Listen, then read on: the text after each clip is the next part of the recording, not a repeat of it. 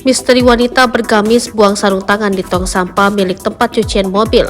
Terekam CCTV tak jauh dari lokasi ibu anak Subang meninggal tak wajar di bagasi Alphard 18 Agustus 2021 silam kembali heboh. Banyak yang berspekulasi jika itu merupakan barang bukti yang dibuang itu terkait kasus Subang. Sebab jeda waktu tak berjauhannya yakni sekitar pukul 7 Rabu 8 Agustus 2021. Namun diungkapkan channel YouTube Wahyu Seno di akun resminya Agustus 2023 lalu, jika pihak kepolisian kala itu turun ke TKP namun tak ditemukan bukti yang dimaksudkan.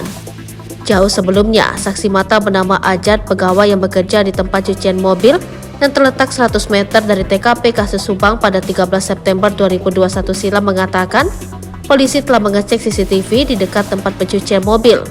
Namun, tong sampah tempat wanita membuang barang bukti itu tak ditemukan. Diduga sudah dibakar pemilik cucian mobil.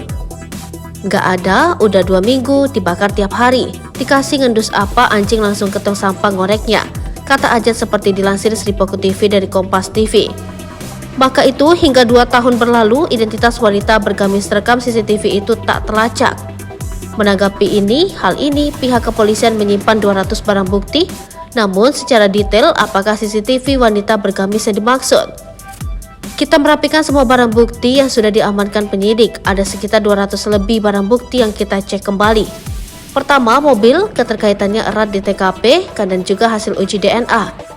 Jadi yang betul-betul terkait dengan TKP dan korban itu kita pilah, ujar Direktur di Treskrimum Polda Jabar, Kombes Pol Surawan, Sabtu 11 November 2023, seperti dilansir Sripo TV dari Tribun Jabar. Selanjutnya, polisi akan menggelar rekonstruksi dan menghadirkan 5 tersangka yakni Yosep, Mimin, Arigi, Abi, dan Dando. Kemungkinan minggu depan rekonstruksi kasus pembunuhan ibu dan anak di Jalan Caga ini baru bisa dilakukan. Kita masih menunggu kesiapan jaksa penuntut umum, katanya.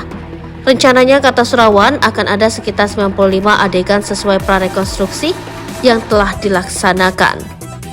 Semua adegan dalam prarekonstruksi akan kita hadirkan di rekonstruksi nanti, katanya.